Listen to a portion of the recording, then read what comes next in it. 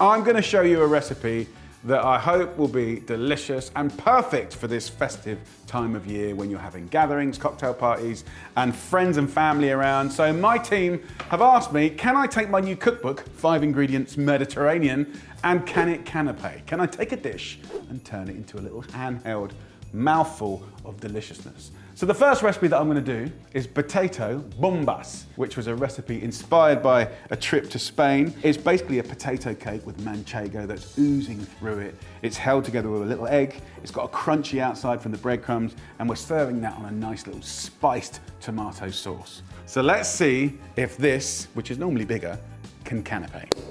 So, first job, I've got 3 jacket potatoes, 1 kilo. Take yourself a little fork, give it a little prick, just a couple of times. These can go into the oven for an hour, or you can put it in a microwave for around about 30 minutes. So once the potatoes are nice and cooked and soft, what we're gonna do is just tear them open. And I'm just gonna use a little fork to mash the potato out of the skin. Also, you don't have to throw away that skin. If you just let those cool down and pop these in the fridge, you can roast those up. You can toss those with a little olive oil, salt and pepper, even spice it up. Delicious. And a lot of the vitamin C is in the skin, so don't waste these little beauties. So a nice little seasoning of sea salt goes in. We want to be generous with black pepper, and we're going to use a little egg yolk to bind it and enrichen it, okay? So tap your eggs here and put the whites into a little dish. We're not going to waste the whites. We'll save up different batches of egg whites until you've got enough for a nice little pavlova or meringue, and then that goes in there like that. So I've got the yolks in here, whites that I'll put into a bag over here, and then we've got the cheese.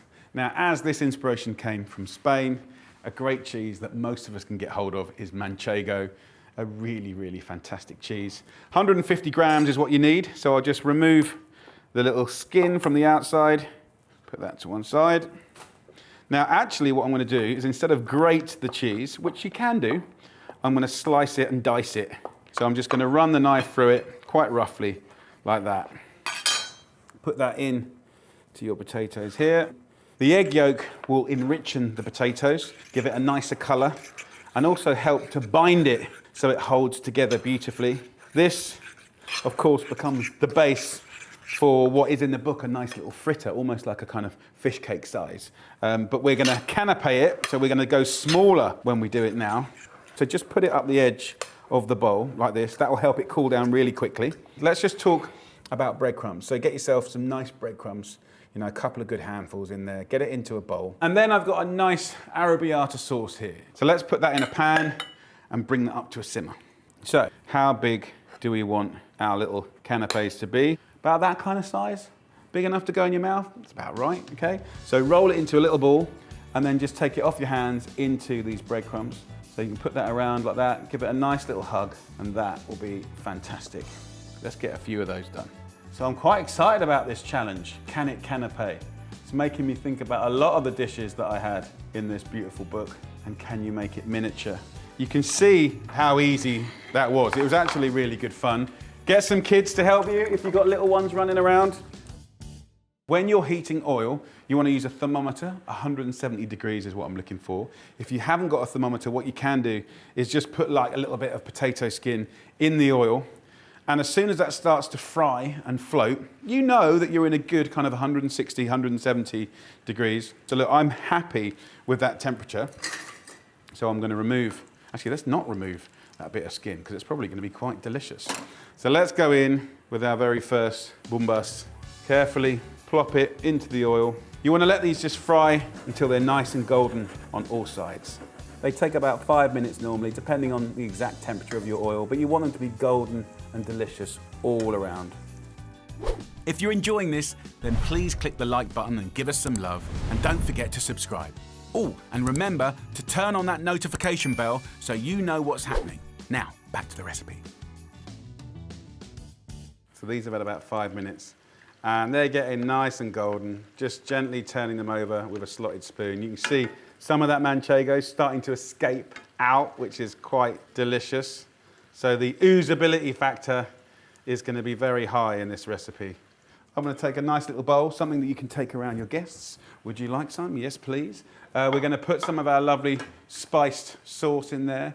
Of course, you can make it as hot as you want it, but this is a nice medium heat. Let's put half of that sauce in there. So let's just lay out a little clean tea towel like that, and we'll drain these bombas nice and carefully like that. See, look at that sizzle, and just grate a little bit over the top here. Look at that. Fantastic. Can it canapé? Well, I think the answer is yes. Time to try one. It's going to be hot, so I would recommend letting this cool down a little bit. Let your friends have a nice drink of something cold and delicious, and then we're going to swoop around with this. Imagine coming to a party and that gets offered up. You're going to be pretty happy, aren't you? Very, very nice. It looks absolutely incredible. So from those little patties, which was like a kind of tapas, to this incredible little canapé. Let's have a little taste and see what they're like. And rip it open. Whoa. Should we have a little dip into the tomato sauce? Let's go. The steam coming off it tells you that it's very hot. The same temperature as the center of the earth. I better try it for you. Mmm. Oh yeah. Spicy, sweet, crunchy. You got that ooze of the manchego. Love manchego. So guys, what are you waiting for? Why don't you go through my book, 5 Ingredients Mediterranean. Pick any old recipe, see if you can canapé it. And if you do, hashtag me in it and I'll pick out my very favorite ones. But this is a great little game. Let's do more of these. I approve of this idea from my team. This is brilliant. Can it canapé? I'd say yes. Very much. I'm going to do another recipe for Can It Canapé. Can I take that beautiful, easy fig tart from my brand new cookbook, 5 Ingredients Mediterranean, and can we turn it into a canapé? I think that we can. First up, I've kept it in the pack because if you go to the supermarket, you can get luxury fruit and nuts. We've got little cranberries, we've got sour cherries, we've got raisins, we've got these beautiful sultanas, pecans, almonds, little pistachios, hazelnuts. It's a brilliant little combination. One ingredient punching really, really hard. So the simplest little recipe ever, just give it a little whiz. You'll see it's starting to clump together here, and you can literally just make a little test like this. Put it in your hand, and if it's pliable, see how it comes together like a little putty? And that'll create a beautiful little base for our fruit tart. Now, normally I put it into a little round mold and up the sides, but for this Can It Canapé, I'm gonna put it in this 35 by 12 centimeter mold. You could use any mold you like, but I'm kind of keeping it either rectangular or square because I wanna slice it up into little 1.5 inch squares, okay? Because we're turning it into a canapé, right? So I've lined this with a little greaseproof paper. I'm gonna take this mix out. This really is the simplest little base. Just pour it out. Look at the colors. And I'm not gonna go up the side like in the recipe in the book. I'm just gonna push it out nice and flat so it's a base. Go around the edges, so we'll make it roughly even and flat. And then we're gonna do the next bit. Super, super easy again. I have 500 grams here of beautiful organic yogurt.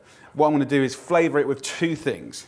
One is a nice generous teaspoon of vanilla paste. Love, love, love that. You can get this in the supermarkets. Of course, you can use vanilla extract or vanilla pods if you wish. And then we're gonna sweeten it with 1 or 2 teaspoons of honey, depending on how ripe your fruit is. If the fruit is really ripe, you'll need just 1. If it's a little bit more sour, and it can be at this time of year, heading towards winter, right, we'll use 2. So that goes in like that. Mix it up.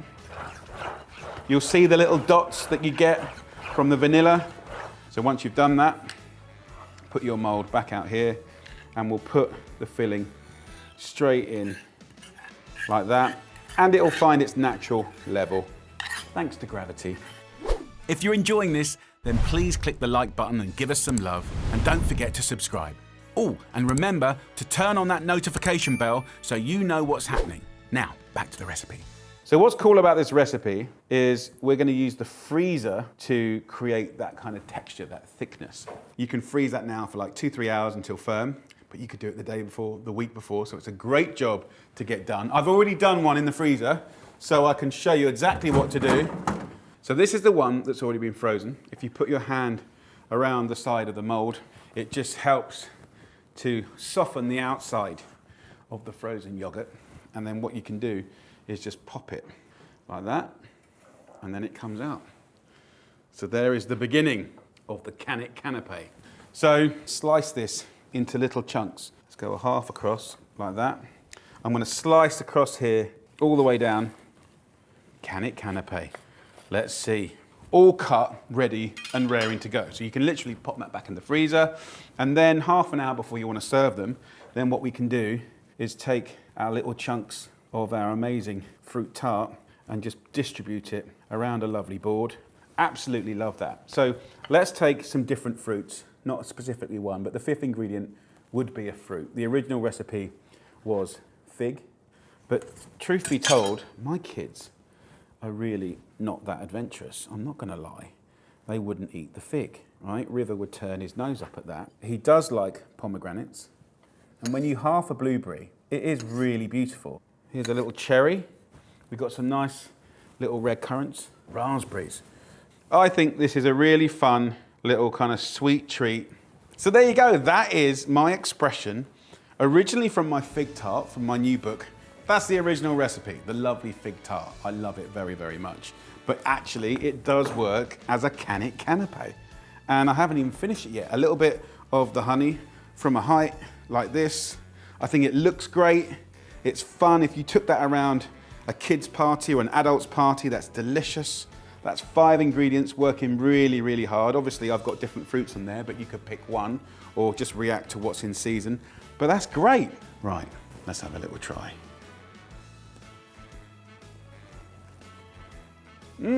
It's fresh, it's chewy, it's got that deliciousness that honey gives you with the acidity of the fruit and the tang of the yogurt. So if you want to take a recipe from my new book, 5 Ingredients Mediterranean, and see if you can canapé, right? Have a go, make it look good. Hi everyone, so I am here today to give you another canapé. Yes. A lovely dish that we all know and love, canapé. First up, what is a canapé? It's a French word for a little something, a little kind of delicious bite, something that gets the lunch or the evening going, something to have with a drink. So it's a kind of cool thing, it's kind of party food, we like that. The dish that my team have given me is the Great British Roast. And this time, it's gonna be roast lamb. So I do have some leftover roast lamb here.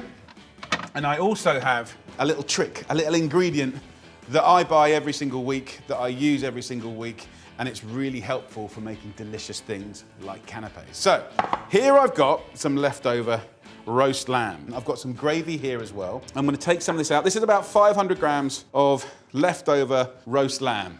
You could use any meat. If you had any veggies, potatoes, carrots, peas, you could put that in the mix as well. So we're gonna go with the gravy and mint. Mint sauce with roast lamb is an absolute classic. I'm just gonna run my knife through the lamb just to break it up like that and put this into a bowl. So we'll go in with some salt and pepper, and then we're gonna go in with a little bit of the mint here, and let's just take off the leaves. The stalks here you can use for making lovely mint tea. Mint and roast lamb for hundreds and hundreds and hundreds of years are best friends. So mint goes in. I'm gonna use a little gravy just to dress it up and make it just a little moist. Mix that around. So here is the little trick. Phyllo pastry. It is a really delicate, fine pastry. And it comes in plastic because the minute you take it out, it will start to dry. So what we have to do as the cook is take a clean cloth and get it wet. You don't want the phyllo pastry to get dry because then it will be brittle and it will crack and it won't behave very well. So I have this in the fridge every single week. At the very least, buy a pack and put it in the freezer and it defrosts very quickly. So we're gonna take it like that and we're gonna cover it, and that way it won't go dry. So I'm just gonna take that to one side. I'm gonna just take this phyllo pastry like that. I'm gonna slice it in half on a clean surface, and then I'm gonna take a little bit of our lamb here and just stuff it. So just bring in the sides and just roll it up like that. Once you've rolled it up, take some of that oil and just brush your little canapé roast lamb cigar and then we'll lay it onto a roasting tray like this. And we'll repeat this until this tray is racked out, and then you're going to basically bake this in the oven. And in that time it takes to cook that, we're going to knock up a beautiful little salsa verde and reheat a little bit of gravy, and the two things together should be incredible.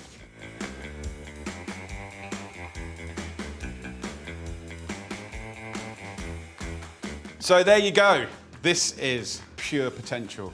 You could put that in the fridge now if you wish, and when your guests come around, just bang them in the oven. They're going to go in at 180 degrees Celsius, which is 350 Fahrenheit, for around about 20 minutes until golden, crisp, and delicious. In it goes. If you're enjoying this, then please click the like button and give us some love, and don't forget to subscribe. Oh, and remember to turn on that notification bell so you know what's happening. Now, back to the recipe. With this excess pastry, it's still good to go, right? So what I would normally do is just keep that wet cloth that is clean and just roll it up like this, and I just pop it back in the fridge for a day or two. So we have these crispy, gorgeous things celebrating beautiful roast lamb, and what I want to do is have something to dip it in. So if you're doing a nice little canapé, cocktail party, a little bit of a nibble, it's quite nice to be able to pick it up and dip it in something and get that kind of explosion of flavour. So what we're going to do is a lovely kind of riff on a salsa verde, slightly simpler. So we're going to take mint. It could be any green herbs, but traditionally it'll be parsley or mint, depending on what's in season. So I'll take those off of the stalk like that.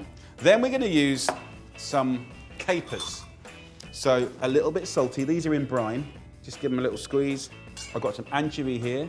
So just a couple of anchovy fillets. I will use a little bit of lemon zest. And as we all know, garlic and lamb are very good friends.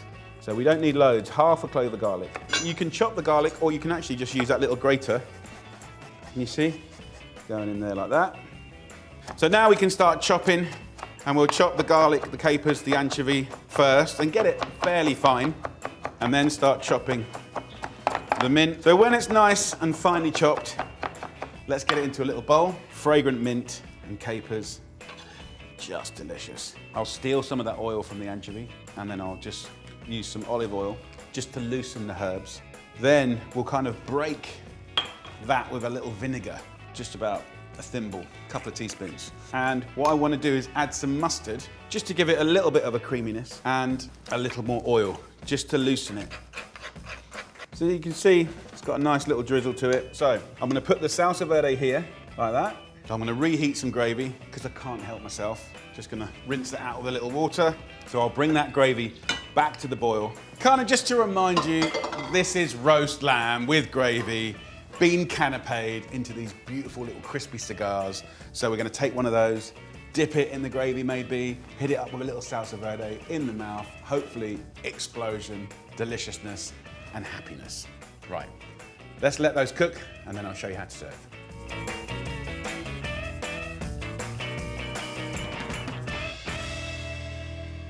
So, can it canapé? Yes, it can. With the help of salsa verde, some lovely gravy. So let's load these up, just stack them erratically. The smell is amazing. So there you go, lovely people. Roast lamb Phyllo cigars, golden crispy, with a lovely salsa verde dip. Actually, I'm salivating because the smell is so good. Gordon Bennett. So there you go. So salsa verde, hot gravy, come on. If you want to just sort of get the colour vibes going, you could put a couple bits of mint over. It's always nice. There you go. Can it canapé? Yes, it can.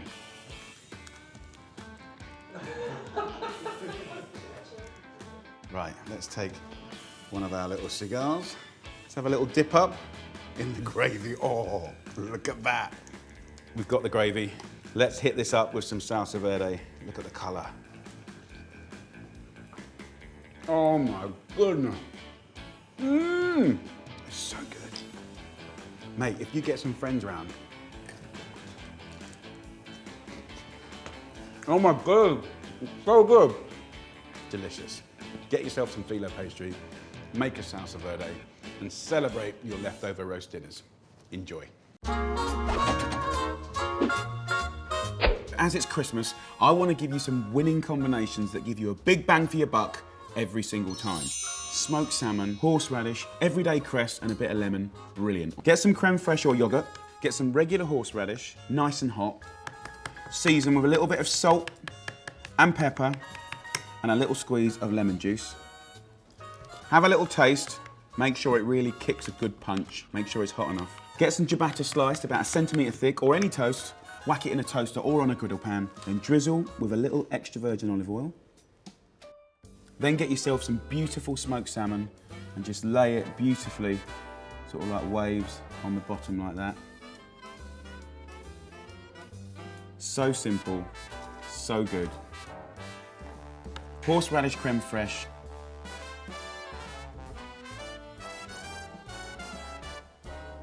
Some old school retro cress. And then finish with a little olive oil and a squeeze of lemon. So there you go, guys, a beautiful Christmas crostini, a winner every single time. Give it a go, you'll love it. Tiny pork sausages wrapped in lovely smoky bacon make the perfect Christmas canapes. But why let the flavours stop there? Because at Christmas time, your fridge is jam-packed with loads of goodies. You've got Stilton, you can put some nuts with that. Look, bit of stuffing here, some soft cheese, all wrapped in bacon. Endless combinations. 2 bits of pear, we'll go with some cranberries. This is great fun. Got a little bit of rosemary. I'm gonna stick that with my Stilton. Once you've got your fillings lined up, all you need is the bacon. Stretch your bacon, making the most of it. I'm using smoked. I think the smoky flavour brings more to the game. Cut that in half. Come here, Stilton. Sweet fruit flavours with Stilton goes so well. So there's my first one. Stilton, rosemary and prune. Lovely. Right, who's next? So there's black pudding and sage. Make it fun. It's Christmas. Everything's fun. These are good enough to leave out for Santa. I'm wrapping up soft cheese with walnut and thyme, pear and cranberry, figs with pine nuts and honey, stuffing and nutmeg, and of course the classic chipolata. So they're going to go in the oven for 20 minutes at 180. While they're cooking away, another thing you'll always need when you've got friends round is a good Christmas drink. The Margarita. And it's really, really simple, this. 3 parts tequila, 2 parts triple sec, and 1 part lime. That's it, dead easy. There's one more thing we need to turn this into a proper festive party drink. Cranberries, like little mini Rudolph noses. To really impress, freeze your glasses and salt them up. Look at the colour of that. Now, one final thing to make it super Christmassy. Little bit of rosemary. It's been snowing. Merry Christmas. Oh, yeah. Oh, you can smell those pigs in blankets. Come on. Look at these. They smell amazing. Some Stilton. The black pudding. Some soft cheese and thyme. That is just the ultimate pigs in blankets. Right, I've got to get stuck in. I'm going to go for the Stilton and prune with rosemary. They are so good. What a great way to celebrate a Christmas classic like the pigs in blankets. Merry Christmas. Right, where's my snowman?